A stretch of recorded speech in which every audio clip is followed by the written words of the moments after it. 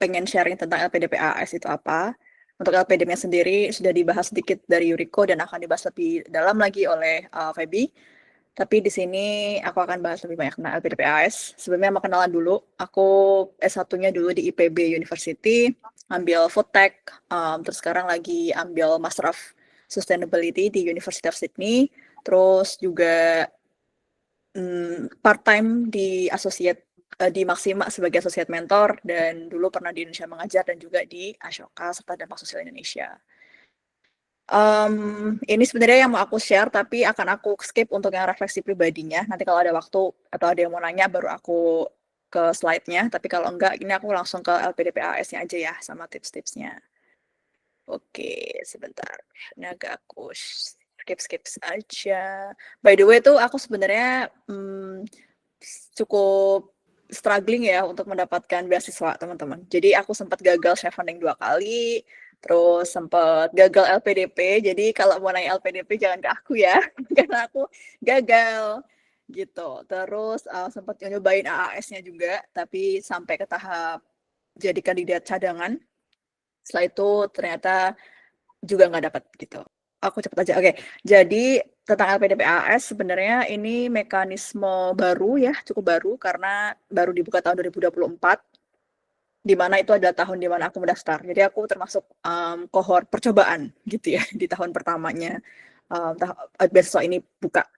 Terus sebenarnya ini adalah bentuk kerjasama antara pemerintah Indonesia melalui LPDP dan kerjasama dengan pemerintah Australia melalui Australia Award Scholarship. Jadi LPDP sebenarnya ada beasiswa sendiri, AAS juga ada sendiri. Nah ini kerjasama antara keduanya gitu. Nah bedanya apa? Untuk menjawab pertanyaannya tadi, bedanya sebenarnya adalah di mekanisme pembiayaan. Kalau untuk pembiayaannya sendiri, LPDP membiayai membiayai tuition fee-nya kami nih. Jadi urusan sama kampus, biaya kampus semua udah di-cover sama pemerintah Indo. Terus untuk biaya hidupnya dan juga biaya lain-lain seperti tiket, pelatihan dan lain-lain itu dari AAS gitu.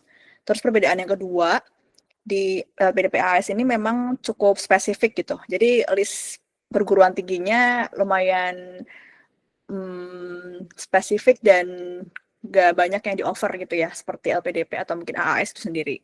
Jadi waktu pembukaan tahun 2024 itu cuma 22 perguruan tinggi aja di Australia tentunya. Jadi nggak bisa pilih negara lain nih, cuma Australia doang. Dan kemudian juga spesifik ke 3 sektor. Yang pertama ke blue economy, terus ke green or renewable economy, sama digital or information technology. Ini FYI, kalau dengar-dengar dari tim AAI sendiri ya, tim Australian Award in Indonesia, kebanyakan tuh pada milihnya yang nomor 3, terus kemudian scope yang nomor 2, lalu yang pertama. Jadi sebenarnya yang blue economy ini cukup masih banyak peluangnya teman-teman. Jadi kalau teman-teman saat ini bergerak di marine conservation atau di bidang kelautan, ini sangat terbuka lebar nih untuk yang blue economy, karena masih sedikit sekali yang daftar. Terus yang beda lagi adalah ini programnya master aja, jadi nggak ada PhD ya. Kalau waktu itu nggak ada PhD, jadi cuma master. I don't know about this time, jadi nanti bisa dikepoin lagi apakah ada perubahan atau enggak.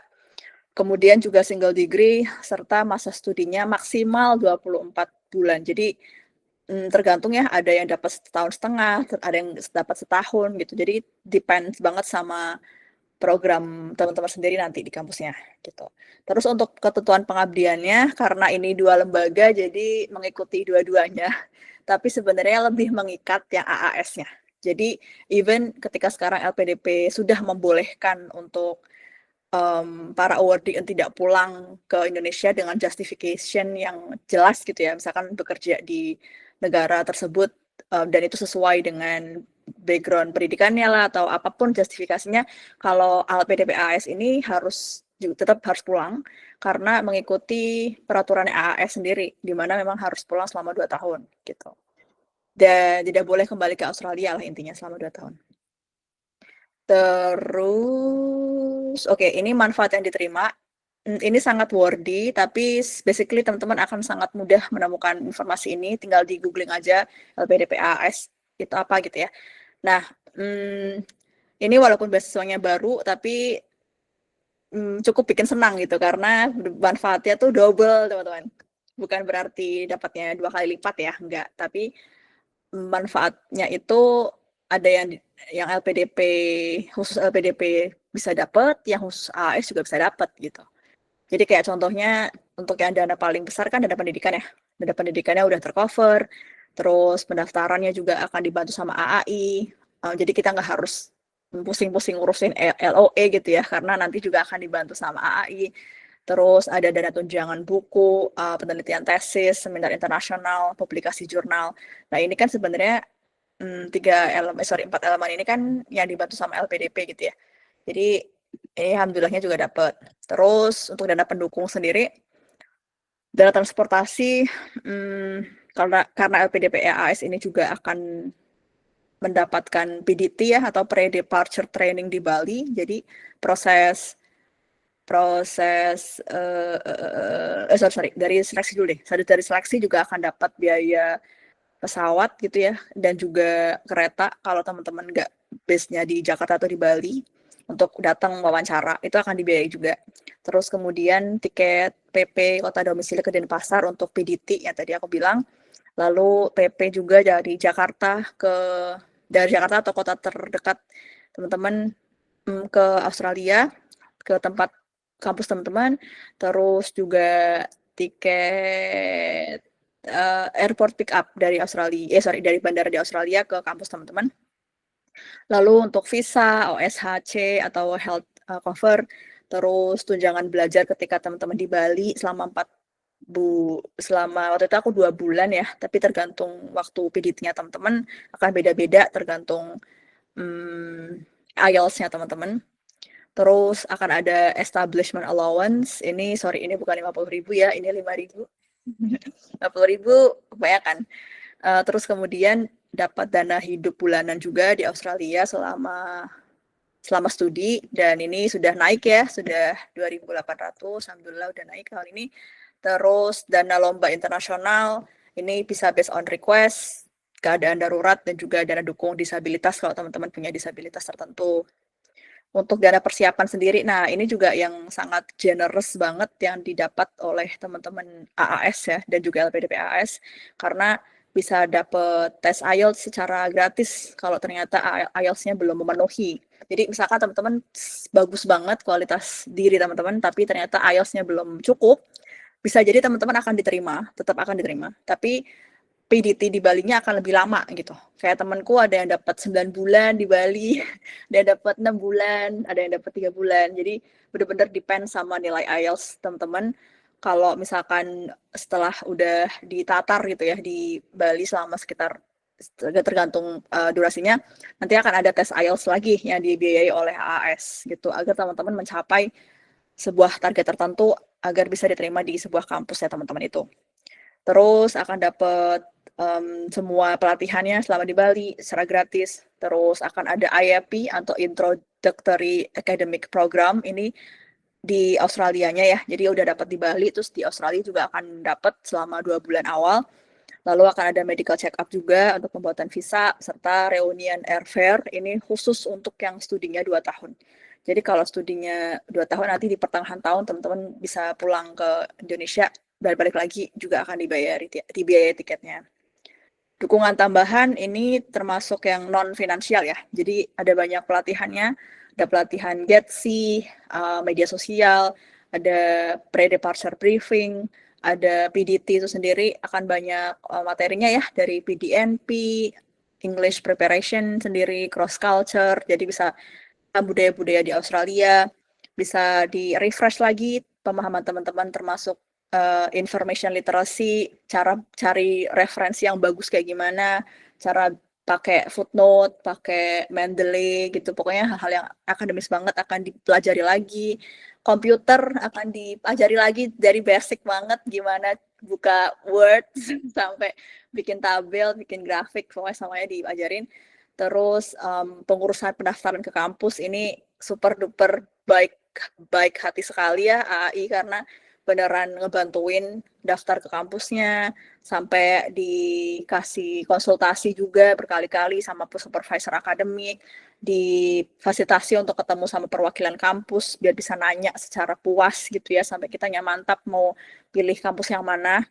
Lalu akan ada student center officer, jadi kayak ada perwakilan AAS di setiap kampus, jadi kita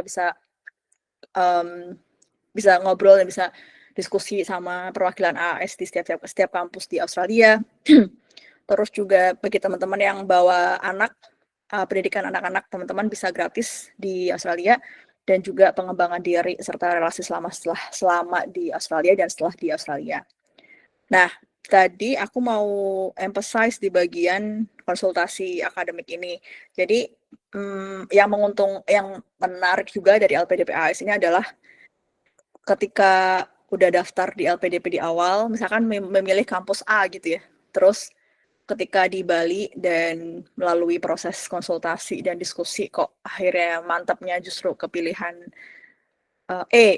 D misalkan, karena udah milih A, B, C di listnya LPDP, terus malahan pilihnya yang D, which is yang sangat berbeda dari yang 3 kampus itu, nggak apa-apa teman-teman. Walaupun ada proses yang cukup panjang untuk meyakinkan LPDP-nya agar kita bisa pindah jurusan gitu ya atau kampus dari 3 list ini, tapi that's possible karena aku termasuk yang seperti itu gitu. Karena dulu aku pilihnya kampus ABC,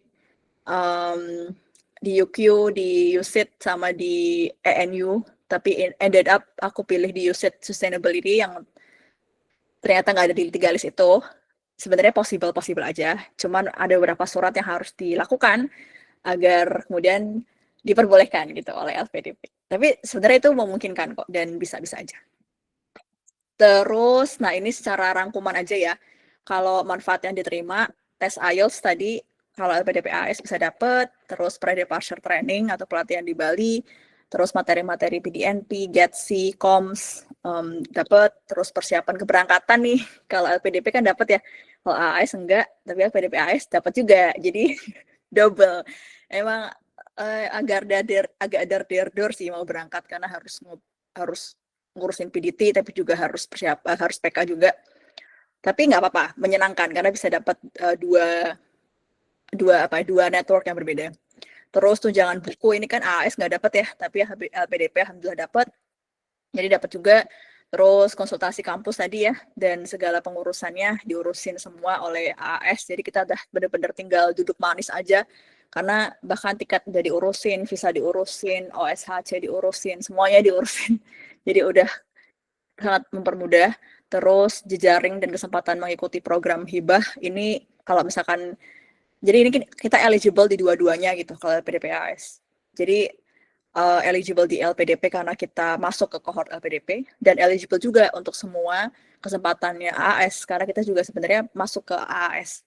Jadi contohnya ketika ada ILA gitu ya, program jadi duta bahasa di Australia, itu ya dapat juga LPDP AS karena kita ya LPDP karena masuknya AS juga. Terus ada dana hibah Ellison Sudrajat Prize gitu yang bisa kita ajukan sebagai sebagai award di AS, ya juga dapat gitu karena masuk ke AS-nya gitu. Jadi alhamdulillah bisa dapat dua-duanya. Terus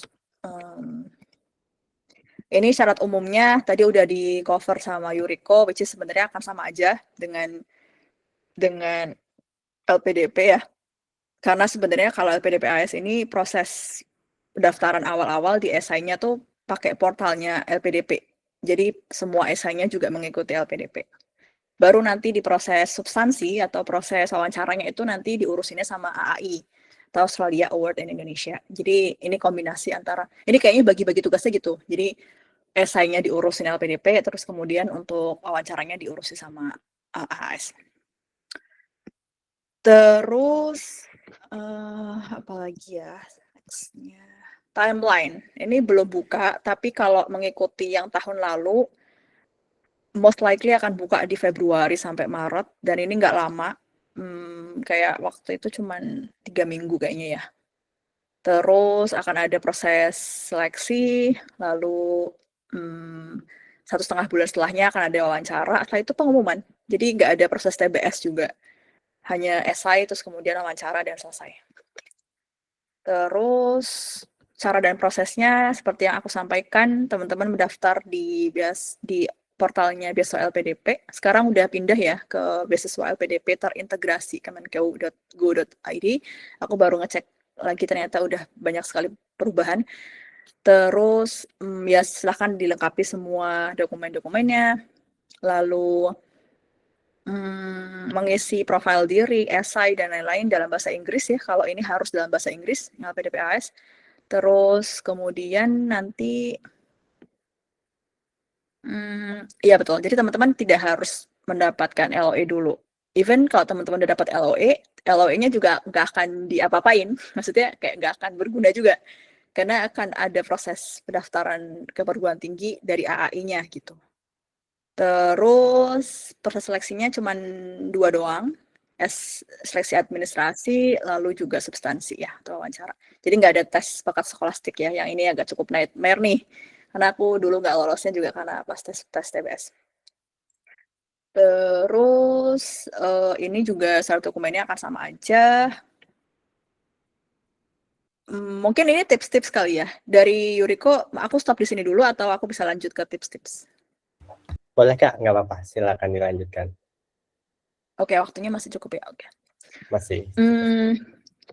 Nah, mungkin yang agak menantang buat teman-teman yang saat ini sudah cukup lama ya dari S1-nya. Karena aku udah cukup lama dari S1-ku nih, udah bekerja cukup lama. Jadi untuk dapatin rekomendasi lagi itu menantang ya, apalagi kalau jarang komunikasi sama dosen gitu. Nah, ini beberapa tips kalau misalnya teman-teman saat ini bekerja, silakan bisa ke direct supervisor teman-teman yang tertinggi kali ya, yang tertinggi ya teman-teman bisa dapat. Jadi kenapa tertinggi? Karena ya yang prominent gitu, maksudnya beliau punya track record yang jelas dan dikenal. Lalu juga beliau ini terbuka gitu untuk mendukung karyawannya untuk sekolah lagi. Nah, alhamdulillahnya dulu supervisorku cukup dikenal, beliau grassroots leader, terus banyak dikenal juga oleh pemerintahan. Beliau juga sangat terbuka kalau ada timnya yang mau S2 gitu. Jadi alhamdulillah aku dapat lumayan gampang surat rekomendasinya. Terus kalau teman-teman profesional, maksudnya tidak bekerja secara hierarkial, maksudnya kita teman-teman nggak punya kantor per se gitu ya. Teman-teman bisa juga ke tokoh masyarakat yang berpengaruh dan juga kenal teman-teman secara personal. Lalu kalau teman-teman di bidang akademik sekarang atau belum lama dari lulus S1-nya, teman-teman bisa ke akademik. Jadi waktu itu aku juga meminta ke dosenku yang sebelumnya sih. Dan alhamdulillah beliau juga sangat terbuka untuk memberikan rekomendasi. Nah, paling kalau yang dosen ini karena udah lama ya, waktu itu kasusku udah berarti 8 tahunan ya, 8 tahunan nggak komunikasi. Terus tapi ya udah aku ceritain aja di emailnya itu bahwa saat ini aku sedang mengerjakan apa. Jadi lumayan panjang emailnya. Terus aku juga bilang bahwa aku pengen ngambil S2-nya apa, karena apa, dan aku terbuka kalau Bapak atau Ibu dosen mau ngobrol. Jadi aku juga pengen ngobrol langsung Zoom atau mungkin ketemu langsung gitu ya ke kampus gitu. Jadi kitanya yang harus proaktif dan juga mau mempermudah prosesnya gitu. Jadi ya ini tipsnya yang pertama jangan mepet ya. Jadi jangan kayak deadline-nya besok baru mintanya hari ini, itu udah kayak jangan. Jadi harus minta jauh-jauh hari, jadi kasih keleluasaan waktu juga untuk beliau. Jangan maksa, jadi kalau ternyata beliaunya nggak bales, ya jangan yang diteror terus-menerus, kayak, "Pak, ayo dong bales," gitu. Nggak gitu. Terus juga mempermudah prosesnya ya, maksudnya ya tadi yang aku bilang, gimana Pak gimana baiknya, apakah saya draft dulu, nanti saya kasih ke Bapak, atau saya ke sana aja Pak, ke kantor Bapak, atau saya telepon, apa gimana gitu. Jadi dikasih beberapa opsi. Lalu dijelaskan ya, tadi aku udah bilang agar bapaknya nggak yang tiba-tiba kayak, lah ini anak gimana tiba-tiba datang minta rekomendasi, gue nggak tahu apa-apa gitu. Jadi kasih background-nya juga. Terus tips esai, nah karena ini LPDP-AS tuh teman-teman cuma bisa kasih 2 senjata gitu ya, senjatanya teman-teman tuh cuma 2, esai sama wawancara. Jadi ya dimaksimalkan di dua itu. Kalau untuk esainya sendiri, ini penting sih. Jadi teman-teman harus menentukan pengalaman kontribusi teman-teman yang linear dengan bidang targetnya LPDP-AS. Yang digaungkan kan sama LPDP-AS ini ada 3 ya, yang Blue Economy, terus Green Entrepreneurship, sama Digital Transformation atau Information. Jadi ya harus disesuaikan gitu.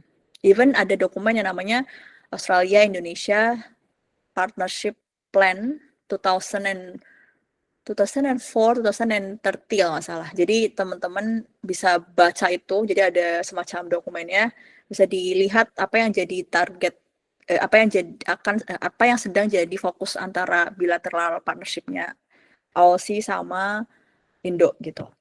Terus ini udah sangat common ya, teman-teman yang sedang belajar bikin esai atau sedang bikin esai pasti sudah sangat paham tentang STAR, tentang situation, task, action, and result. Jadi mulai dengan diceritakan teman-teman waktu itu ngerjain apa, terus tugas-tugasnya apa, yang dilakukan apa, dan kemudian hasilnya seperti apa. Lalu ini adalah yang paling penting juga, dan ini sebenarnya yang membuat aku somehow gagal nih kayaknya di AAS. Karena waktu itu cukup masih blurry, masih agak kurang jelas antara past, present, sama future-nya. Jadi past sama present-ku dulu udah nyambung banget, tapi kemudian future-nya agak-agak masih galau, kayak emang bener ya ini jalan yang mau aku tempuh gitu. Jadi itu kelihatan banget sih pas waktu wawancara. Jadi kayak ya teman-teman harus selesai dulu sama diri sendiri ya. Jadi sebenarnya maunya apa, nanti ke depannya tuh mau karirnya seperti apa, mau hidupnya seperti apa, terus mau berkontribusi ke komunitasnya dalam bentuk apa. Terus teman-teman bisa ceritain pengalaman selama kuliah, selama kerja, gimana tuh linear juga dengan rencana tersebut. Lalu ini juga salah satu yang penting ya, dan aku temui dari semua LPDP-AS di kohortku bahwa memang ya kita semua yang diterima ini ternyata punya sebuah keresahan gitu, keresahan sosial gitu. Jadi memang genuinely pengen S2 ini untuk menyelesaikan sebuah masalah guys. Jadi kalau teman-teman merasa wah ini gue nggak bisa banget lihat poverty, gue nggak bisa banget lihat sampah di mana-mana gitu, ya itu dibawa gitu, kayak kemarahan teman-teman, kekecewaan teman-teman itu dibawa di esai, bilang bahwa gue udah nggak tahan lagi sama masalah ini, mungkin gue bisa do something di sini gitu. Terus dihubungkanlah itu dengan kebutuhan teman-teman untuk lanjut S2, lalu jelaskan juga mata kuliahnya dan kampusnya, terus ya dampaknya ke karir, hidup, dan komunitas ya tadi, sama mitigasi tantangannya yang mungkin muncul dan rencana penanggulangannya. Sebenarnya ini itu adalah pertanyaan yang memang ditanyakan ketika di AAS, tapi karena dulu aku udah nulis esai AAS, terus kemudian nulis LPDP AAS, jadi somehow aku incorporate gitu ya dari yang AAS ini ke LPDP. Jadi di esai LPDP ku ini juga ada tentang ini nih, mitigasi tantangan yang mungkin muncul ketika aku mau mencapai mimpi-mimpiku tadi, dan kemudian apa yang bisa aku lakukan untuk menanggulanginya gitu. Terus tips tambahannya sih sebenarnya ya teman-teman harus punya waktu yang cukup untuk refleksi diri, terus bisa bikin outline dulu sebelum nulis mau ada poin-poin apa.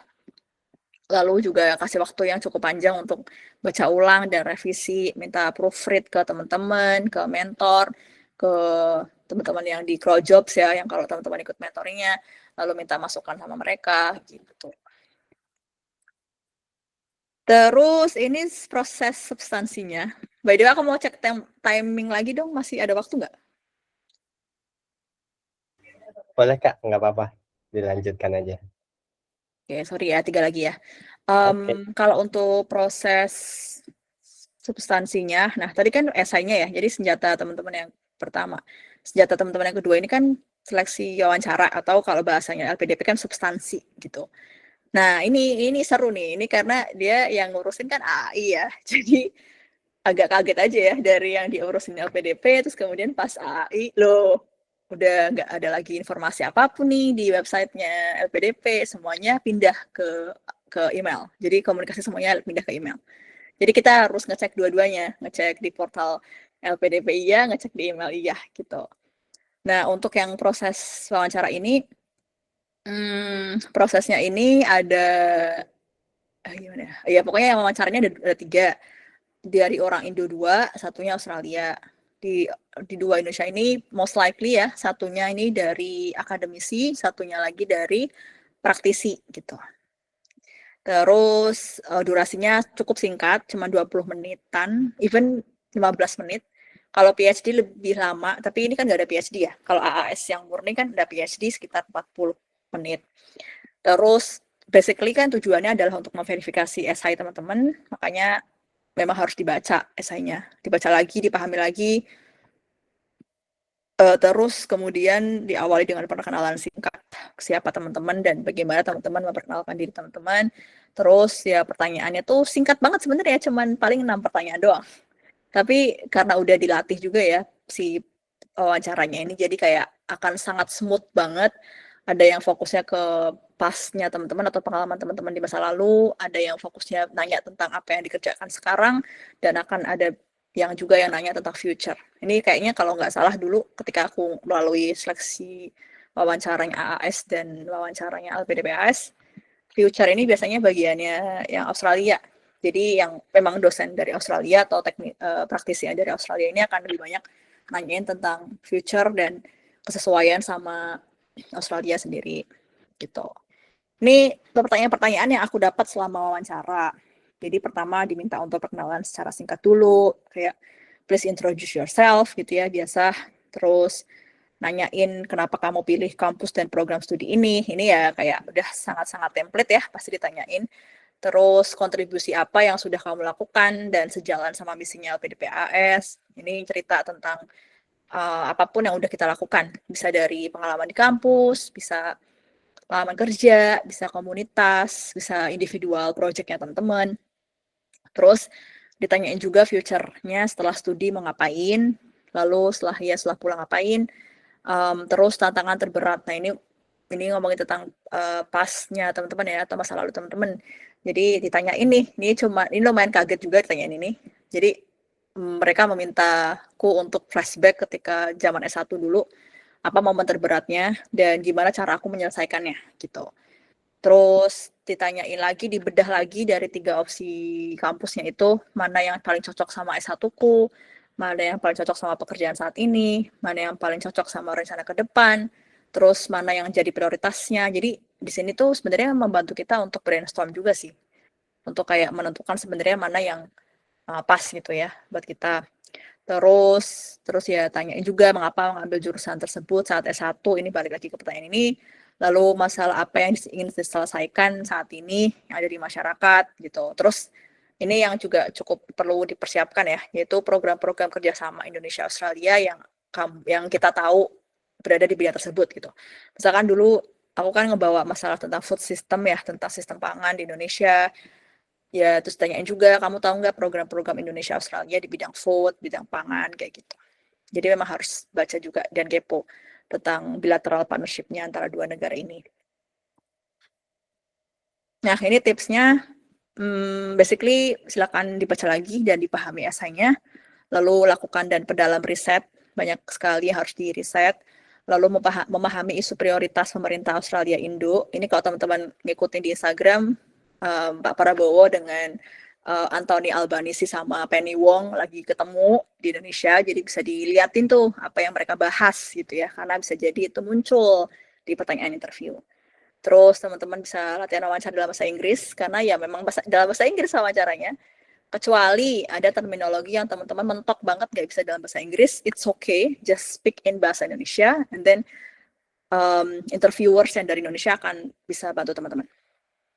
Terus memahami fasilitas dan kurikulum kampus pilihan, karena bakal dibedah juga kayak kenapa USyd, kenapa Sydney Uni, kenapa ENU, kenapa Queensland gitu ya, akan ditanyain banget. Lalu ya be yourself aja. Ini sangat klise tapi ya udah jadi diri sendiri aja, kayak gak usah pura-pura jadi orang lain. Terus juga percaya diri tapi tetap humble dan menyenangkan. Ini kelihatan masih maksudnya bawa vibe positif gitu ya ketika masuk ke ruangan, itu jangan murung gitu, tapi senyum, bahagia gitu. Itu akan kelihatan banget juga energinya. Terus tetap tenang dan bisa kontrol diri, nggak yang shaking terlalu terlalu kelihatan gitu ya, atau deg-degan yang gimana, ini tenang aja. Ya susah sih, tapi kalau nggak tenang kita nggak bisa jawab soalnya. Terus ya jangan berbohong dan jangan sok tahu. Kalau kita bilang kayak, wah sorry, I haven't done my research, atau I don't think I know the answer, atau gimana, nggak apa-apa banget untuk bilang nggak tahu. Ya pada berbohong. Terus ini persiapan secara general aja. Basically, aku selalu menekankan bahwa butuh kontemplasi ya, butuh mikir sebenarnya tuh kenapa sih S2, dan kenapa mau ngapain nanti habis S2 gitu. Kenapa aku emphasize ini sekali, karena oke lah, let's say teman-teman dapat beasiswa gitu ya. Tapi itu tuh akan jadi another problem gitu. Maksudnya kayak misalkan nih aku sekarang S2 ya, akan jadi masalah baru lagi. Apapun yang aku hadapi sekarang akan jadi akan jadi tantangan baru lagi gitu. Jadi kalau teman-teman bahan bakarnya itu kurang, even ketika teman-teman lucky enough or so smart enough sampai kemudian bisa dapat S2 dengan beasiswa, alhamdulillah, amin. Tapi nanti akan berat gitu loh untuk melaluinya. Jadi dari awal tuh udah dipersiapkan dulu sebenarnya emang benar-benar pengen S2 atau enggak. Karena sebenarnya enggak S2 pun enggak apa-apa gitu. Jadi harus benar-benar punya tujuan yang jelas. Terus diskusi dan banyak bertanya sama awardee dan lulusan S2 yang dipengenin. Bagus banget teman-teman udah ngikutin proses ini, mengikuti sesi ini. Jadi udah punya network gitu ya. Terus ya sabar dan telaten untuk melakukan riset. Aku pakai Notion dulu, aku bener-bener ya tulis semuanya di Notion. Jadi kayak ada, kalau teman-teman pakai Notion, aku ada satu tab khusus buat master application. Aku tulis semuanya yang sedang buka. Aku dulu nggak pilih-pilih ya. Jadi lagi buka apa, kalau ada jurusan yang aku pengen tentang berhubungan sama food, berhubungan sama lingkungan gitu, aku tulisin di sini, aku kepoin, aku tulisin due date-nya, stage-nya, dan lain-lain. Dan ini ngebantu banget untuk bisa on the track gitu. Terus apa lagi ya? Buat timeline sih, buat timeline-nya untuk misalkan kayak, oh minggu ini timeline-ku adalah memahami persyaratannya nih semua. Karena kan persyaratannya banyak ya. Jadi memahami dulu, nanya-nanya, terus minggu depannya mulai mempersiapkan berkas, terus ada waktu untuk menulis esai, review esai, proofread, terus tes IELTS. Kalau dulu ini kebalik sih, aku dulu tes IELTS dulu di awal banget biar lebih tenang. Setelah IELTS-nya udah dapat, udah aman, baru ngurusin yang lain. Tapi it's okay, terserah teman-teman mau seperti apa, tapi intinya dikasih waktu yang cukup juga untuk bisa ngejar IELTS, terus juga jaga hubungan baiknya sama calon pemberi rekomendasi. Kalau ternyata mau daftar beasiswanya baru tahun depan nih misalkan, ya tahun ini udah mulai connect lagi sama dosen gitu ya, sama pemberi rekomendasi. Terus ya jangan SKS, jadi jangan sistem kebut semalam. Kalau bisa dipersiapkan sungguh-sungguh gitu. Udah kayaknya ya, good luck teman-teman, dan siapa tahu kita ketemu di Australia soon. Sudah. Let me stop the screen. Sebentar. Stop presenting.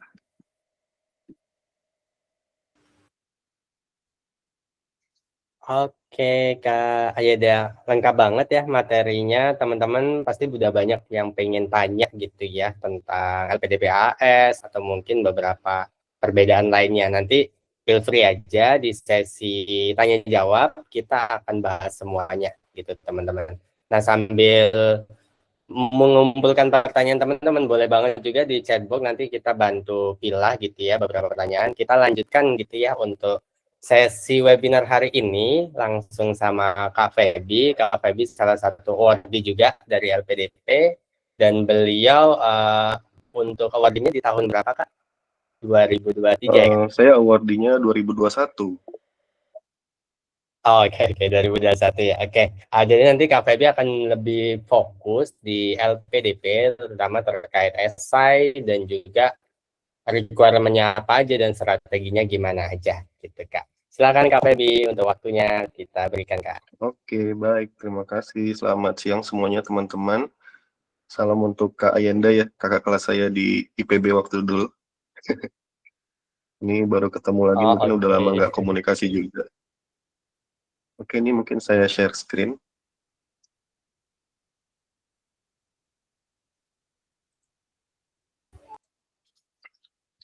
Apakah sudah terlihat? Iya, terlihat, Kak. Kalau saya full screen begini, Nah ya, kelihatan. terlihat ya? Ya, Oke, aman, baik. Kak. Selamat siang. Izin saya mulai untuk seminar terkait LPDP ini ya. Disclaimer dulu, saya bukan bagian dari LPDP, cuman memang apa namanya sering memberi tips dan trik juga untuk teman-teman yang ingin melanjutkan S2 ataupun S3 dengan LPDP.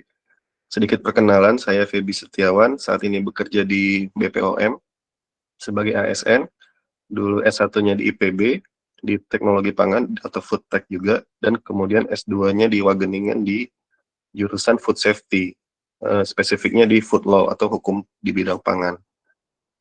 Oke. Nah, tadi kan sudah dijelaskan nih oleh Mas Yuriko terkait LPDP di 2026 nih. Nah, jadi ini saya dapatkan juga dari websitenya LPDP langsung. Memang di overview-nya LPDP ini secara umum banyak perubahan ya dibanding saya kemarin di 2021. 2021 itu kemarin saya masuk di jalur PNS, ASN, dan Polri itu ya. Kemudian di 2026 ini tetap ada, namun mungkin banyak lebih fokus ke bidang-bidang tadi yang dikatakan oleh Mas Yuriko di bidang STEM and STEM related. Di sini ada sekitar 80%, kemudian untuk non-STEM atau share itu ada 20%. Nah, share itu apa? Ini ada di bidang sosial, humanities, arts, religious studies, and economics. Untuk yang STEM tadi ada seperti pangan, energi, pertahanan, dan lain-lain. Kemudian STEM related ini adalah bidang-bidang yang mendukung program STEM, misalnya tadi kebijakan publik, kemudian hukum, kemudian juga bisnis dan ekonomi.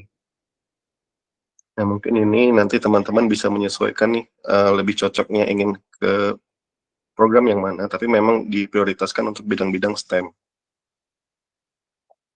Nah, lalu program yang di tahun 2026 ini memang difokuskan, yang pertama itu untuk mendukung pengembangan industri strategis sebagai mesin pertumbuhan ekonomi untuk menuju Indonesia Maju 2045. Jadi mungkin nanti teman-teman ini juga salah satu tipsnya ya, mungkin nanti saat menyusun esai bisa juga disebutkan nih program-program prioritas nasional dan juga program-program yang mendukung Indonesia Maju 2045 ke dalam esainya gitu. Terus juga terjadi ketersediaan SDM di bidang STEM yang terbatas, sehingga ini berpotensi menghambat akselerasi industrialisasi dan juga peningkatan produktivitas. Kemudian adanya bonus demografi Indonesia yang akan mencapai puncak pada tahun 2038, sehingga butuh SDM-SDM unggul yang bisa bersaing di bidang STEM gitu ya. Lalu dalam kerangka tersebut, pengembangan industri melalui peningkatan kualitas talenta dilaksanakan melalui ekosistem terpadu yang melibatkan sinergi antara bidang STEM dan juga non-STEM, di mana keduanya saling melengkapi untuk membentuk struktur ekonomi yang harmonis, inovatif, dan berdaya saing. Jadi ini informasinya saya dapatkan dari website LPDP, nanti teman-teman dalam menyusun esai disarankan menyinggunglah aspek-aspek ini, karena memang ini adalah yang ingin dituju LPDP untuk tahun 2026 ini. Oke, ini mungkin langsung ke tips dan trik ya, karena memang apa namanya presentasi saya cukup singkat, jadi mungkin nanti kita akan banyak diskusi. Tadi dari Kak Ayenda juga tips dan triknya juga ternyata lebih lengkap mungkin dari saya.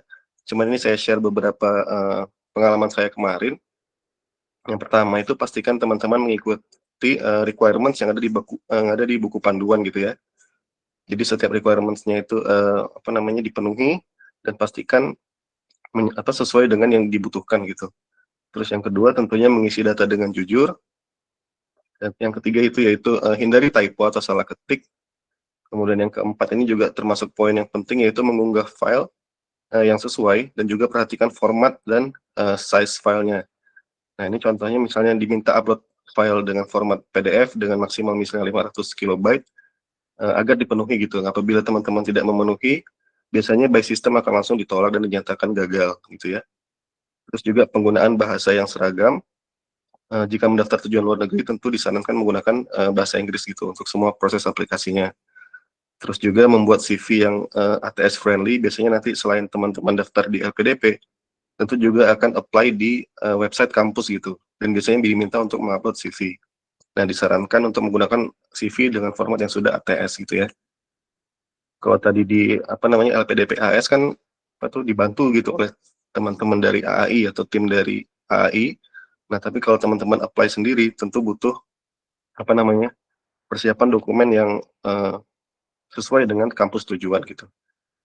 Terus juga tadi jika sudah memiliki unconditional LOA, maka bisa skip di PBS atau bakat skolastik. Kemudian jika belum memiliki unconditional LOA, tentu kita akan melakukan bakat skolastik ini yang isinya biasanya terkait kemampuan berpikir kritis, numerik, dan juga verbal. Nah, tipsnya di sini memang memperbanyak untuk latihan menjawab soal. Mungkin teman-teman nanti disarankan bisa latihan soal seperti dari kalau nggak salah Bappenas ya. Ada tes TPA dari Bappenas, nah itu biasanya contoh-contoh soalnya seperti ini, atau juga tes untuk masuk CPNS. Nah itu biasanya banyak seleksi bakat, contoh-contoh soal terkait bakat skolastik gitu. Terus juga perhatikan timeline beasiswa dan hindari submit di hari akhir, karena pasti banyak yang submit pada waktu tersebut, sehingga berpotensi website down dan juga menyebabkan kamu bisa gagal submit gitu. Oke. Nah, di sini ada overview mungkin terkait esai ya. Tadi ada format terkait komitmen kembali ke Indonesia, rencana pasca studi, dan juga rencana kontribusi di Indonesia, serta proposal penelitian. Nah, di sini untuk teman-teman yang apply master, tentu nanti di poin 1 ini, terkait komitmen ini, dan juga tadi ada terkait personal statement ya. Jadi ada 2 esai yang harus dibuat, karena memang 2026 ini cukup banyak requirement yang baru dibanding tahun-tahun sebelumnya. Kemudian khusus untuk yang doktor, tentu membuat proposal penelitian dengan maksimal kata yang sudah bertambah tadi menjadi 2.500 kata gitu. Di sini juga untuk proposal ini sudah ada panduannya dari LPDP untuk poin-poin yang perlu dibuatkan, yaitu seperti judul, latar belakang, perumusan, dan hingga daftar pustakanya gitu. Nah, di sini juga disampaikan terkait yang esai ya, bahwa dinyatakan di sini pengabdian dan kontribusi diutamakan untuk mendukung industri strategis seperti ketahanan pangan, energi, pertahanan, digitalisasi, kesehatan, hilirisasi, maritim, manufaktur, dan juga material maju. Jadi memang nanti dalam membuat esai ini disarankan teman-teman menyinggung terkait industri strategis ini gitu. Karena ini adalah poin-poin yang ingin dicapai oleh Indonesia Emas di 2045. Oke. Kemudian tips dan trik terkait esai dan wawancara. Tadi juga sudah disinggung oleh Kak Ayanda sedikit mengenai metode STAR ya. Jadi memang apa sih metode STAR itu? STAR itu adalah akronim dari S-nya adalah situation atau situasi, T-nya adalah tugas atau task, kemudian A-nya adalah action atau tindakan, dan R-nya adalah result atau hasil. Nah, jadi kalau kita menjabarkan terkait metode STAR ini, S itu adalah mendeskripsikan konteks atau latar belakang peristiwa atau sebuah tugas itu terjadi. Kemudian untuk T atau terkait task, yaitu menjelaskan apa yang perlu dilakukan, masalah yang harus dipecahkan, atau tujuan yang ingin dicapai. Kemudian terkait action, yaitu kita menguraikan langkah-langkah spesifik ya, atau tindakan yang diambil untuk menangani tugas atau mengatasi tantangan tersebut. Kemudian yang terakhir yaitu result, kita menjelaskan hasilnya atau dampak dari tindakan yang diambil.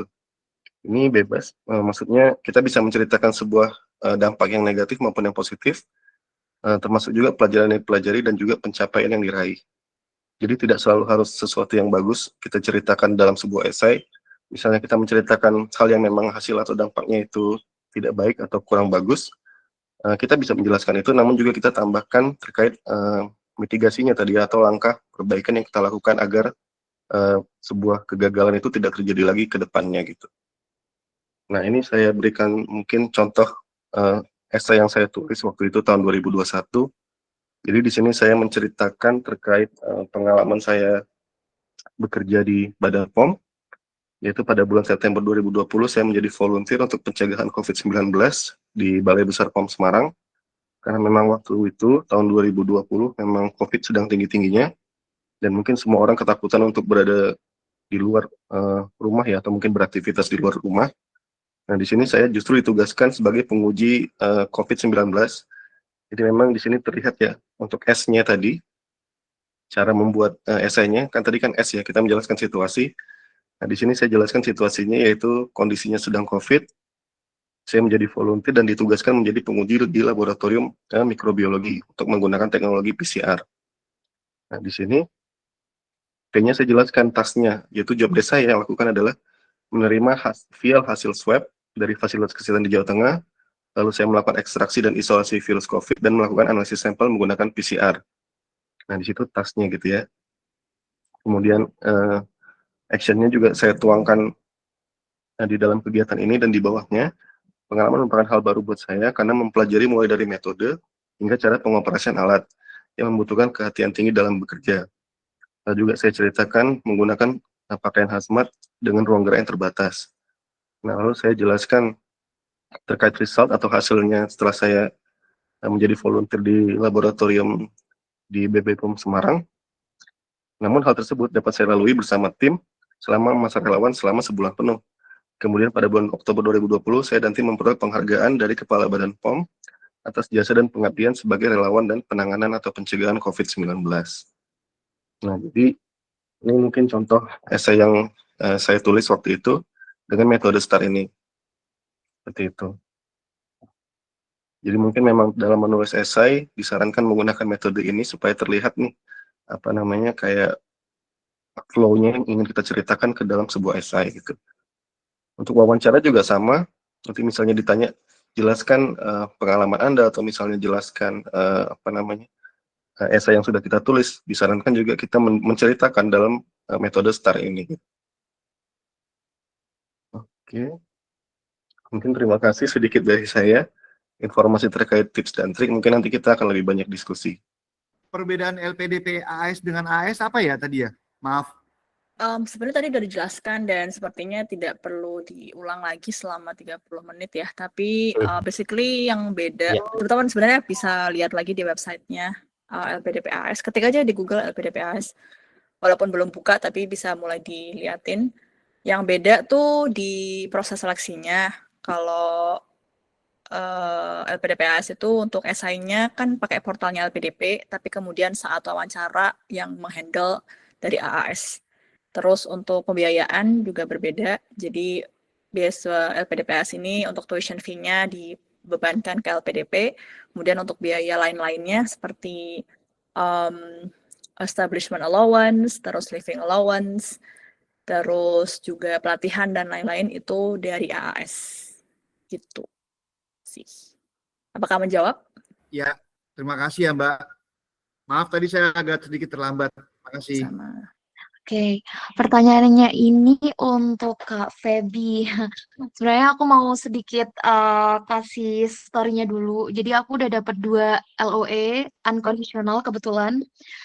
Jadi satunya itu di Queensland, satunya di Glasgow. Jurusannya hampir-hampir mirip tapi ya sedikit beda. Cuman di sini aku dilema. Jadi yang di Queensland itu jurusannya sesuai dengan list LPDP, tapi aku ngerasa nggak yakin sama courses dan modulnya, to be honest. Tapi giliran yang di Glasgow nggak ada di list daftar LPDP, cuman aku ngerasa 90% ini match gitu ya dengan goals atau ambisi aku gitu, Kak Feby. Jadi kira-kira apakah lebih baik aku apply yang di pakai LOE Glasgow tapi nggak ada di list, atau yang di Queensland tapi ada di list? Karena di handbooknya LPDP itu kayak bilang waktu di YouTube juga lagi sosialisasi, mereka akan prioritaskan yang ada di list sebenarnya daripada yang nggak ada di list. Cuman aku rasa saya aku akan strong kalau pakai yang di Glasgow tapi nggak ada di list jurusannya gitu. Terus pertanyaan kedua adalah, lebih baik esai itu dibuat dalam bahasa Indonesia atau bahasa Inggris kalau tujuannya luar negeri? Terima kasih. Mungkin saya menjawab pertanyaan yang kedua dulu ya untuk Maureen.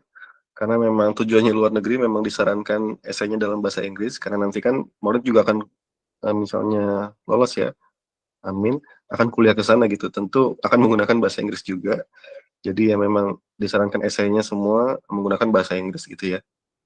Kemudian untuk yang pilihan pertama, mungkin kalau saran saya kita ikuti apa yang diinginkan oleh LPDP gitu.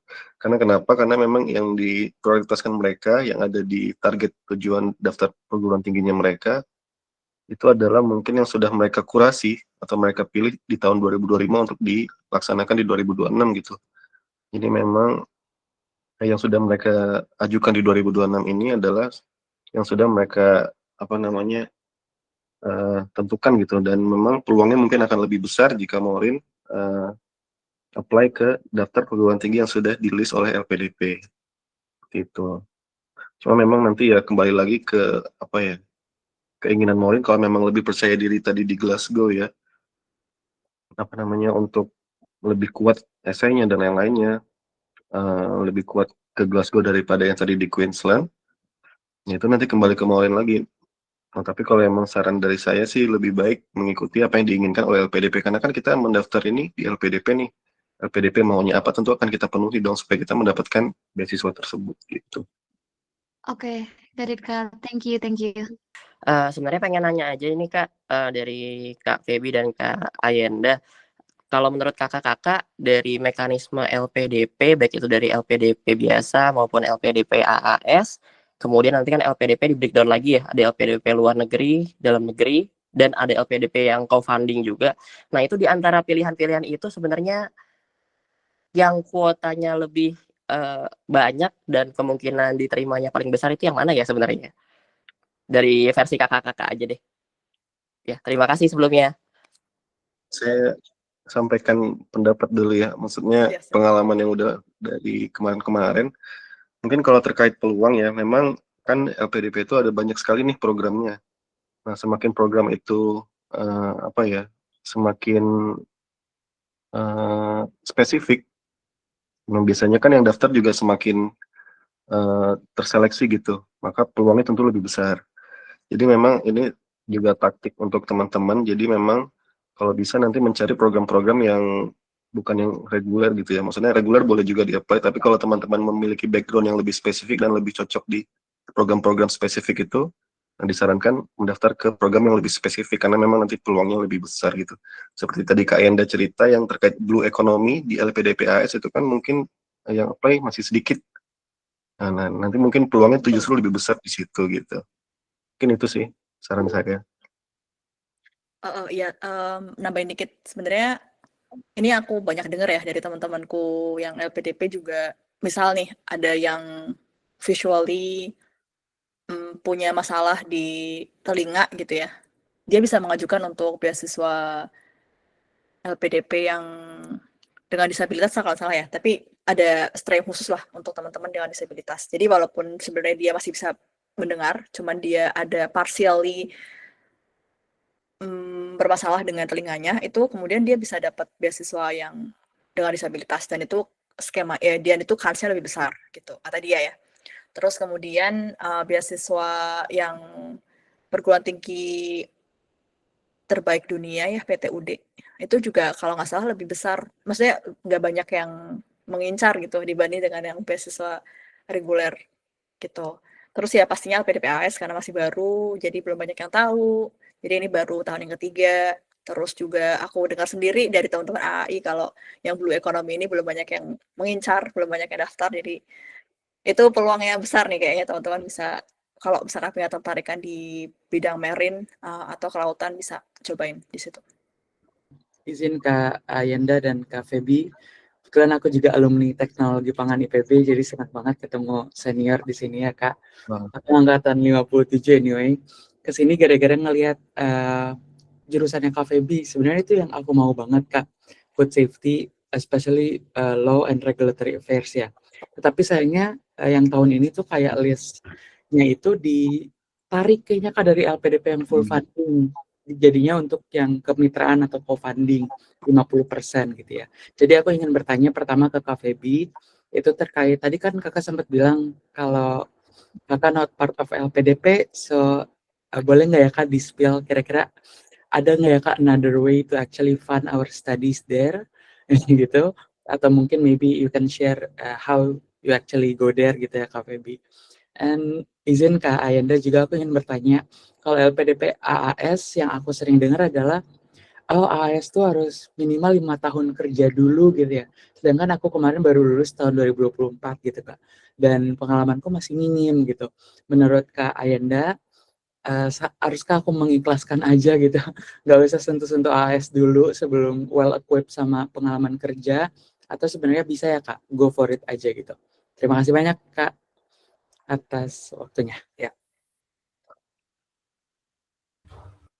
Oke, mungkin saya dulu untuk menjawab pertanyaan Brian ya. Halo Brian, ternyata alumni ITP dan pengen ke Wageningen juga ya untuk food law. Jadi mungkin cerita sedikit dulu ya, cerita kenapa saya ngambil food law. Mungkin karena memang waktu itu saya lulus kuliah 2017, lalu 2018 ada pembukaan PNS, itu saya coba.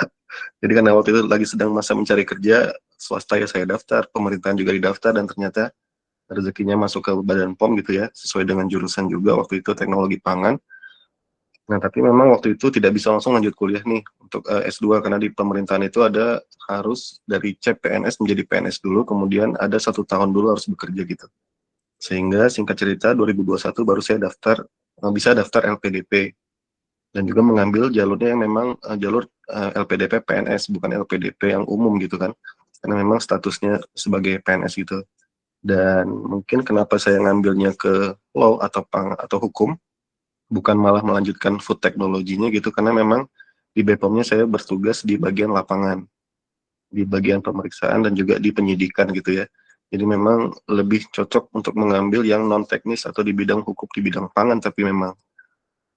Nah, terkait dengan peluang ya karena memang tahun ini saya lihat juga Wageningen tidak muncul di daftar yang apa namanya full funded, juga tidak masuk dalam daftar universitas, juga banyak yang mengeluhkan beberapa kampus di Belanda yang bagus juga tidak masuk. Nah itu mungkin apa namanya saya juga nggak tahu kenapa pertimbangan LPDP seperti itu. Tapi yang saya tahu di Wageningennya sendiri di Belanda itu ada beberapa beasiswa yang memang apa namanya mengajak mahasiswa internasional untuk berkuliah di Wageningen gitu. Memang beasiswa dari kampusnya juga ada. Cuman memang itu apa namanya ya peluangnya mungkin akan lebih kecil karena memang itu dibuka untuk seluruh negara, tidak khusus untuk Indonesia saja. Jadi ya memang kalau kita merasa percaya diri dan tidak ada salahnya juga mencoba, jadi ya silakan juga mengapply beasiswa yang ada di kampus masing-masing gitu. Jadi mungkin teman-teman juga nggak hanya Wageningen ya, mungkin pengen berkuliah di negara manapun itu, juga dicek di website kampusnya masing-masing. Tentu pasti ada skema beasiswa buat mahasiswa internasional gitu. Dan selama requirement-nya memenuhi, ya kita coba aja kan, tidak ada salahnya gitu. Kalau gagal ya sudah, kita coba lagi beasiswa lain-lainnya seperti itu. Paham Kak Feby. Terima kasih banyak ya Kak Feby atas jawabannya. Oke. Halo Brian, salam kenal. Senang sekali bisa bertemu sama Tekpang. Aku sekarang lagi baca-baca nih di requirement-nya ya. Aku pernah baca somewhere memang 5 tahun, tapi sebenarnya 5 tahun itu tidak not necessarily counted dari kamu lulus sih sebenarnya. Jadi even kalau kamu udah merasa ada pengalaman ketika kuliah, itu bisa masuk, bisa di considerate. Itu yang pertama. Kemudian yang kedua, aku akan bilang kalau misalnya LPDP AS, aku akan bilang go for it karena di batchku ada beberapa kayak dari 50 itu sekitar 5 ya kayaknya 5 dari 50 itu kayak literally fresh grade gitu. Tapi memang mereka punya pengalaman yang cukup kuat dengan riset mereka. Jadi saat mereka lulus itu mereka emang lagi ngerjain project riset sama dosennya dan itu yang mereka bawa, mereka jual gitu ketika mereka mendaftar di LPDP AS dan keterima juga. Jadi kayak mereka sebenarnya baru aja lulus dan langsung dapat S2 di Australia melewati LPDP AS itu memungkinkan. Misalkan memang justification-nya kuat nih bahwa mereka lagi ngadain riset sama dosennya dan akan sangat membantu banget kalau bisa dapat beasiswa ke Australia gitu. Jadi kalau misalkan nanti buka, memang cukup safe kalau untuk LPDP AS kalau nggak salah cuman minimal kalau nggak salah 2 tahun pengalaman kerja. Tapi kalau LPDP, kalau AAS ini memang 5 tahun kalau nggak salah. Ini aku lagi pastiin lagi. Jadi kalau kamu merasa bahwa pengalaman ketika kamu kuliah itu bisa kamu juga tarik ya, maksudnya bisa kamu hitung juga, go for it. Tapi kalau kamu punya prioritas lain kayak tadi mau ngejar LPDP-nya ya berarti bisa nunggu dulu beberapa tahun gitu. Oke, paham banget Kak Ayanda. Terima kasih banyak ya Kak atas masukannya Kak. Semangat. Thank you Kak. Oke, halo Kak. Maaf ya Kak, belum bisa on kamera. Jadi aku punya beberapa pertanyaan nih. Yang pertama, kalau misalnya di batch ini kita nggak lolos gitu, apakah nanti surat rekomendasi kita boleh dipakai lagi untuk batch selanjutnya atau batch tahap 2 gitu? Terus yang kedua, LPDP jenjang magister ini kan dibiayanya itu sampai 4 semester ya, apalagi untuk yang dalam negeri gitu. Nah, gimana kalau misalnya nanti kita kuliahnya itu lebih dari 4 semester gitu? Terus yang ketiga, seberapa penting sih punya prestasi untuk dimasukkan ke dalam form LPDP? Apakah itu akan jadi penentu utama atau bagaimana? Terima kasih, Kak. Bisa menjawab, apakah bisa Oke. menggunakan suatu rekomendasi yang sebelumnya? Kalau nggak salah, di peraturan LPDP itu maksimal 2 tahun ya, bener nggak sih? Kayak Nah, ini ada saya batas. belum baca lagi sih Kak terkait peraturan baru, tapi setahu saya emang boleh dipakai lagi karena kan mungkin nanti gagalnya kan tidak di administrasi, misalnya gagalnya di wawancara gitu atau skolastik. Dokumen yang di administrasi kan tentu dianggap lolos tuh. Nah, itu boleh dipakai lagi. Cuman mungkin harus dibaca lagi nanti di persyaratannya hingga berapa Iya. lama itu bisa dipakai gitu. Betul. Tapi aku ingat banget kok ada di peraturannya itu kayak si surat rekomendasinya itu dituliskan maksimal kapan gitu tuh ada. Jadi coba dicek lagi. Kalau misalkan masih masuk ke periode itu ya silahkan dipakai gitu. Bisa di-reuse lagi. Terus pertanyaan yang kedua, misalkan lebih dari 4 tahun, I don't know. Kalau kayaknya most likely kan 2 tahun ya atau 4 semester. Cuman ada beberapa case ya, ini case aja, special case aja ya bagi teman-temanku yang LPDP di sini yang ternyata ada kendala dan kemudian dia harus extend, itu sebenarnya bisa, tapi memang case by case gitu ya. Nanti akan direview lagi oleh tim LPDP-nya gitu. Apakah bisa di stop dulu beasiswanya, kemudian dia pulang atau dia cuti dulu, terus kemudian balik lagi untuk menyelesaikan gitu. Atau mungkin ada mata kuliah yang nggak lulus gitu ya, fail, terus kemudian dia harus ngambil di semester berikutnya, itu bisa diobrolin lagi kok sama LPDP-nya. Seingat aku kayak gitu ya, Feby ya. Iya benar Kak. Jadi memang terkait extend ini case by case, tergantung masalahnya nanti teman-teman misalnya sudah lolos akan membuat tiket bantuan ke LPDP-nya untuk menceritakan kendala yang terjadi. Jadi contohnya biasanya itu terkait kendala kesehatan sama tadi misalnya ada exam yang fail atau mata kuliah yang fail dan perlu melakukan resit atau melakukan remedial di semester berikutnya. Nah, itu nanti diceritakan di LPDP. Nanti mereka yang akan menentukan itu di ACC atau enggak terkait perpanjangan. Karena nanti terkait dengan biaya yang harus dikeluarkan LPDP buat mensupport teman-teman selama melebihi 2 tahun tadi itu. Yes, betul. Pertanyaan yang ketiga tadi apa? Lupa. Tentang prestasi, Kak. Oh, prestasi. Tentunya akan membantu ya. Maksudnya kan kita pengen menunjukkan bahwa kita layak gitu ya untuk dipilih, dan kita juga sebenarnya sedang berkompetisi nih sama yang lain gitu. Of course, we wanna prove that we are eligible, we are good enough gitu untuk dipilih. Cuman kalau teman-teman merasa bahwa pengalamannya udah banyak banget ya, mending pilih 1-2 yang strong banget dan bisa align gitu sama yang teman-teman ceritakan di esainya dan yang mau dituju gitu ya untuk beasiswanya gitu. Instead of semua di listing tapi kemudian cuman surface doang, mending pilih 1-2 tapi dalam banget ceritainnya gitu. Kalau dari aku gitu, kalau dari Feby gimana? Iya benar, tadi terkait prestasi memang disarankan dicantumkan sebanyak mungkin ya, karena memang itu termasuk poin tambahan nanti di seleksi administrasinya. Dan mungkin kalau memang harus memilih karena prestasinya sangat banyak, disarankan yang levelnya mungkin diutamakan yang internasional nih. Kalau misalnya tadi Korea tuh punya prestasi levelnya internasional, mungkin itu yang di step di nomor 1, kemudian nanti baru ke nasional, provinsi, atau mungkin tingkat kabupaten kota gitu.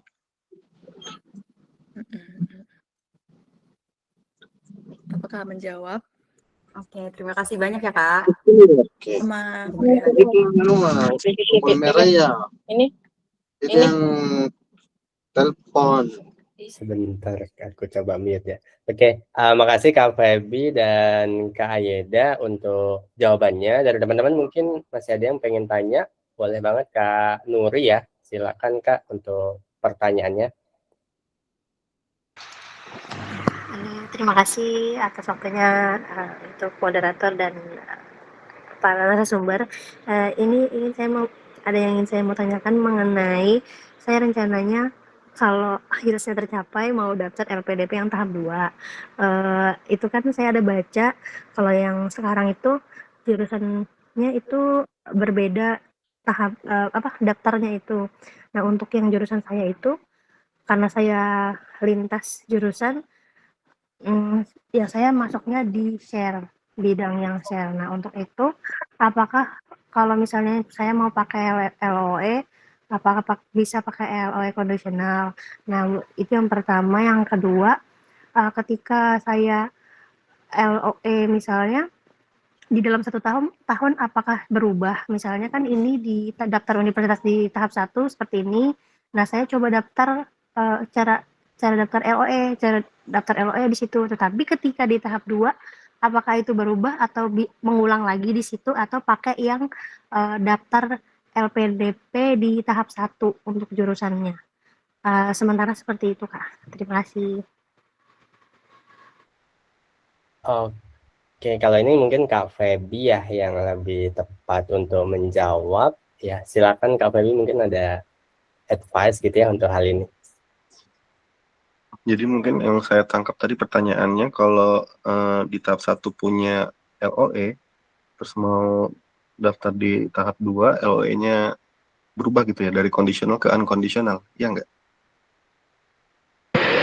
Iya, jadi kalau daftar universitas yang ada di tahap 1 sama tahap 2 berbeda, apakah kita ngulang dari awal cari LOE yang daftar 2 atau bisa pakai LOE yang di daftar universitas di tahap 1. Seperti itu, Kak. Oke, nah jadi biasanya di LOE itu pertama nih, di LOE teman-teman itu biasanya dicantumkan juga durasinya, seberapa lama LOE itu berlaku. Kalau saya kemarin contohnya di Wageningen memang disebutkan LOE ini berlaku untuk masa studi 2022 hingga 2024, kemudian LOE ini berlaku selama 1 tahun gitu. Nah, jadi memang kalau misalnya di sepanjang 1 tahun berarti kan nanti di tahap 1 dan tahap 2 LOE itu bisa dipakai gitu ya. Seperti itu mungkin maksudnya. Bisa dipakai tergantung yang dilihat di LOE-nya itu kayak soalnya kemarin itu kalau nggak salah saya kan coba daftar LOE-nya di bulan November.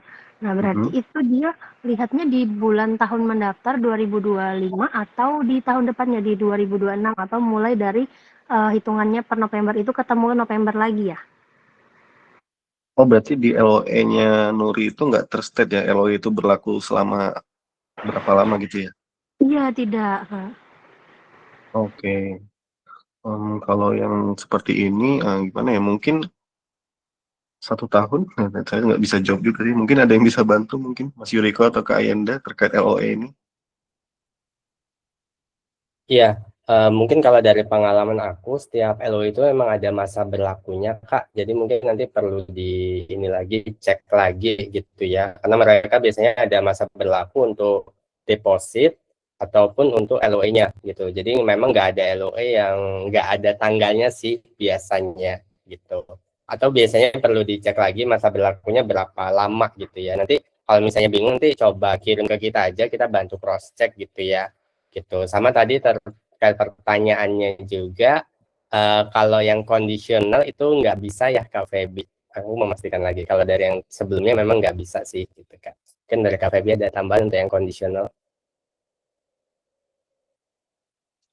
Kalau yang kondisional itu mungkin jatuhnya akan tetap melakukan tes skolastik sih. Kalau misalnya nanti belum statusnya unconditional selama masa pendaftaran, nah itu mungkin tetap mengikuti bakat skolastik gitu ya.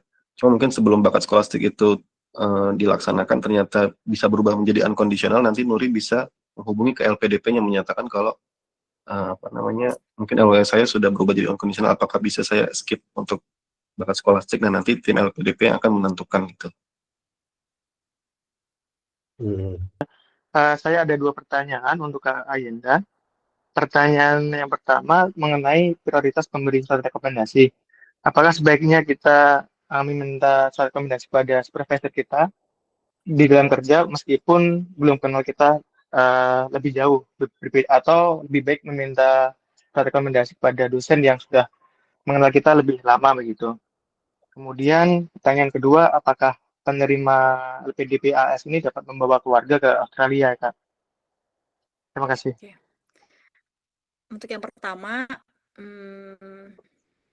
if I were you, aku kayaknya akan memilih dosen.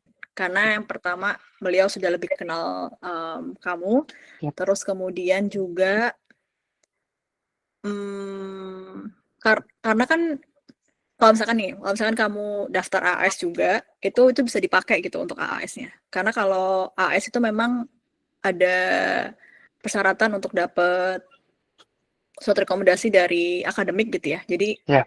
kalau misalkan kamu bisa dapetin dari dosenmu akan lebih baik sih menurutku. Karena beliau lebih tahu dan juga akan bisa dipakai untuk yang lain gitu. Terus untuk yang kedua, apakah bisa membawa keluarga? Bisa banget membawa keluarga dan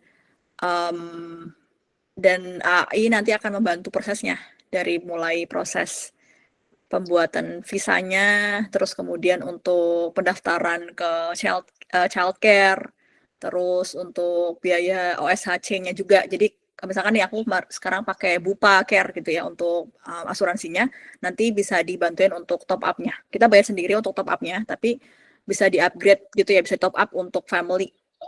Dan itu bisa semuanya dibantu lewat AI gitu. Oke. Jadi bisa.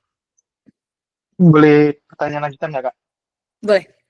Ya, mengenai surat rekomendasi tadi kan Kakak bilang bahwa mending kita minta rekomendasi dari dosen yang mungkin nanti suratnya bisa kita pakai untuk daftar AS sendiri ya Kak ya, yang tanpa LPDP ya. Nah itu berarti Kakak menyarankan bahwa dalam surat rekomendasi itu dosen memberikan rekomendasi secara umum, tidak perlu menyebutkan nama, jurusan, dan kampus yang akan kita tuju. Karena dulu saya waktu meminta rekomendasi itu ternyata dosen saya menuliskan juga jurusan dan kampus yang saya tuju di LPDP begitu Kak. Yes, harus ada harus ada tulisannya menuju kemana. Jadi kalau misalkan ada perubahan kampus sama perubahan jurusan, berarti harus minta lagi rekomendasinya. Oke. Yang penting kita minta dari LPDP dari websitenya, nanti kita download dan bisa kita gunakan juga ya Kak untuk di AS sendiri. Iya, cuman kalau untuk formatnya kan beda ya. Kalau untuk AS ada format sendiri dan untuk LPDP ada format sendiri. Jadi bisa menyesuaikan juga sama formatnya. Siap. Terima kasih banyak Kak penjelasannya. Sama. Palingan kalau untuk rekomendasi sih poinku 2 sih. Yang pertama, memastikan beliau ini kenal kita dan bisa kasih judgement gitu ya ke kitanya gitu ya. Dan lebih enak kan pasti ngobrolnya kalau udah kenal. Terus yang kedua, beliau prominent gitu. Maksudnya memang cukup punya nama gitu ya. Jadi itu juga bisa mendukung profil teman-teman ketika daftar S2 nanti. Jadi 2 itu, kenal dan juga punya nama, cukup dikenal. Siap. Terima kasih Kak. Ya sama-sama. Oke, makasih untuk Kak Yeda dan Kak Feby tadi untuk jawabannya gitu ya. Mungkin masih ada teman-teman yang pengen bertanya, aku masih kasih waktu ya sekitar 10 menit itu sebelum kita tutup. Sambil aku mungkin bacain beberapa dari komentar atau mungkin dari chatbox yang belum kejawab nih Kak Feby dan Kak Yeda. Yang pertama itu untuk bekerja paruh waktu di sana apakah boleh nggak Kak selama studi ataupun menerima beasiswa? Silakan Kak Feby atau Kak Yeda boleh bantu jawab. Oke, mungkin kalau pengalaman saya untuk LPDP ini memang tidak boleh bekerja ya. Jadi teman-teman difokuskan untuk studi saja karena kan memang sudah di cover nih semuanya. Jadi ya apalagi gitu tinggal fokus belajar selama kurang lebih 2 tahun untuk master dan untuk PhD-nya 4 tahun gitu. Jadi memang kalau ada teman-teman yang ketahuan bekerja sambil belajar, biasanya nanti ada di sini di setiap kampus itu ada kelurahannya nih. Misalnya Wageningen itu ada kelurahan Wageningen untuk yang LPDP, nanti level Belandanya itu kecamatan gitu istilahnya.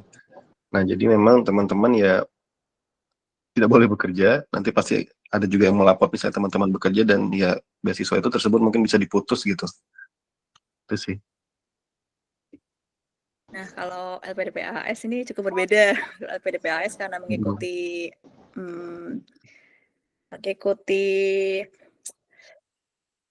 agak susah sih, soalnya LPDP AS ini tanda tangan sama LPDP iya, tanda tangan sama DFED-nya AS iya. Cuman kalau terkait bekerja, kalau LPDP AS itu boleh bekerja. Jadi visanya itu visa student tapi eligible for work 48 jam per 2 minggu. Jadi 24 jam seminggu. Itu boleh dan eligible.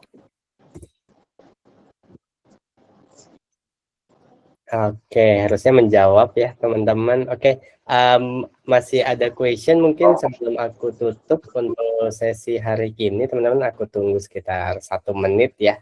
Silakan teman-teman kalau masih ada yang punya pertanyaan atau pengen didiskusikan, boleh banget.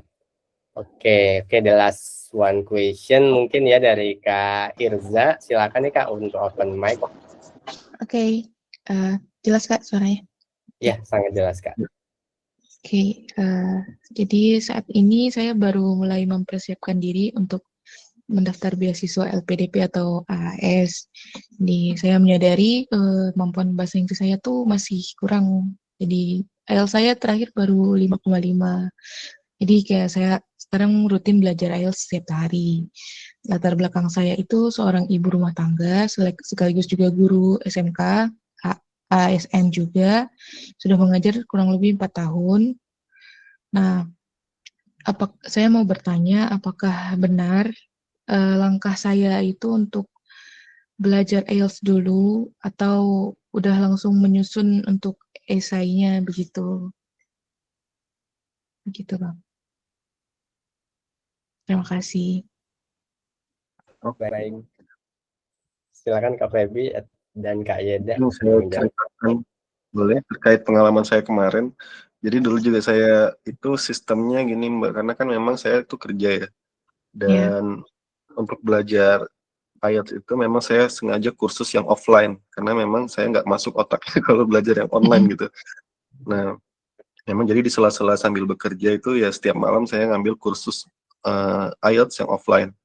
Dan memang itu membantu sih karena memang mereka memberikan tips dan trik terkait tes IELTS ini gitu, dan alhamdulillahnya saya 1 kali tes itu dapat langsung 6,5, jadi ya udah itulah skor IELTS saya 6,5, pas-pasan banget buat apply beasiswa gitu. Nah, terkait untuk Mbak Irza ini memang disarankan mungkin paralel nih, kalau memang sanggup paralel itu maksudnya sambil misalnya mau belajar IELTS sambil juga mempersiapkan terkait persyaratan-persyaratan lainnya. Jadi misalnya nanti belum bisa daftar di batch 1 ini karena belum siap dokumen-dokumennya, nanti di batch 2 itu ya sudah siap semua. Kayak esainya juga sudah jadi, form-form lainnya atau dokumen-dokumennya sudah jadi, dan IELTS-nya juga sudah selesai tes dan skornya memuaskan gitu. Kalau memang sanggup paralel, bisa dilakukan bersamaan, tapi kalau memang mau fokus ke IELTS-nya dulu, itu juga salah satu poin paling penting ya, karena emang menurut saya sih gerbang utama untuk S2 itu ya kita bisa mendapatkan sertifikat bahasa Inggris ini gitu. Itu untuk nanti sesuai dengan kampus gitu sih. Oke, terima kasih Kak Febi. Nambahin dikit ya, buat Mbak Irza, aku kagum banget deh sama kamu ya, masih memperjuangkan, luar biasa sih. Terima kasih Mbak. Kalau aku pribadi,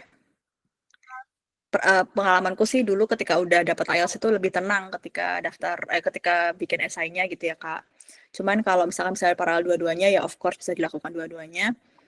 Kalau dulu aku nggak ambil les khusus sih, jadi ya udah belajar mandiri aja. Terus juga aku sertakan linknya di sini ya Kak, berapa link yang aku pakai untuk belajar IELTS, dan alhamdulillahnya membantu banget karena ada beberapa soal yang ternyata juga muncul gitu, karena kan sebenarnya soalnya itu bisa di recycle aja sih sama mereka gitu.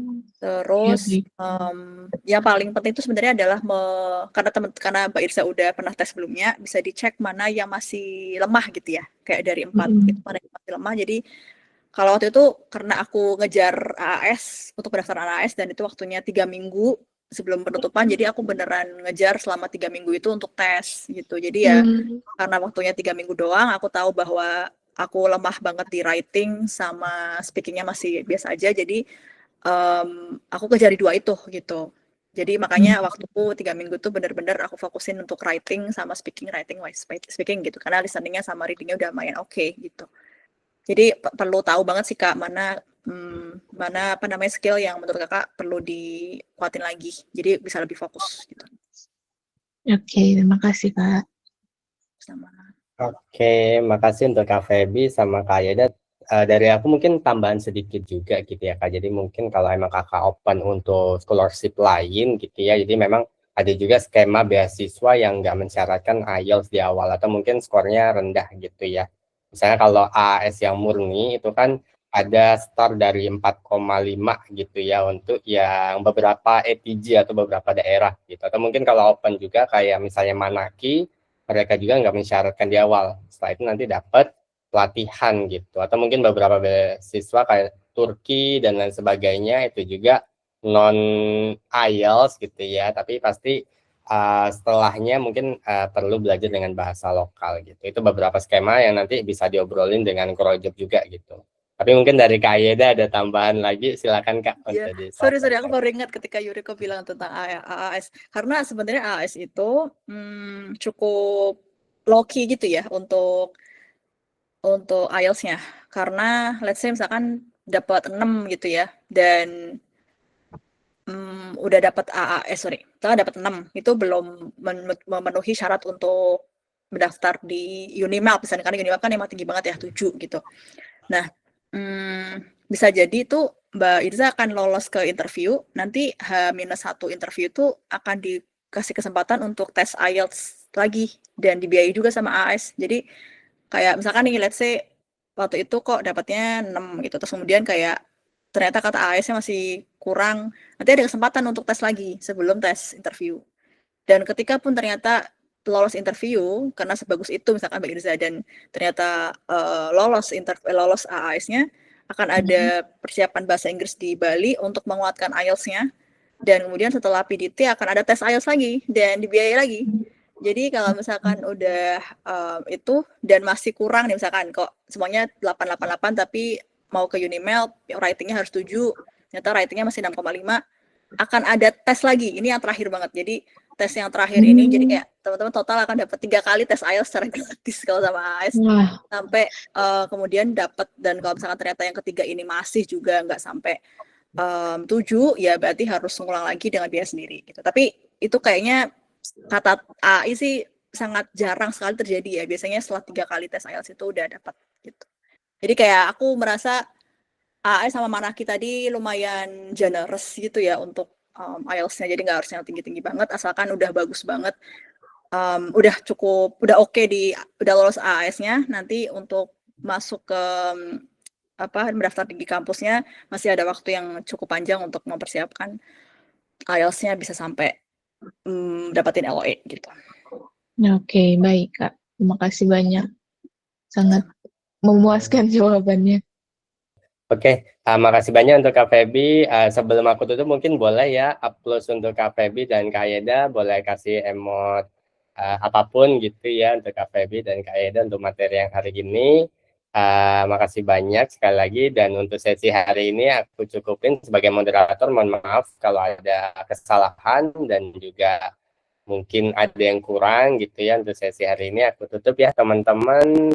Aku close sesi hari ini. Selamat siang teman-teman. Semoga lancar untuk persiapan study abroad-nya. Siang Kak, terima kasih semua. Thank you Kak Feby, thank you Kak Ayanda.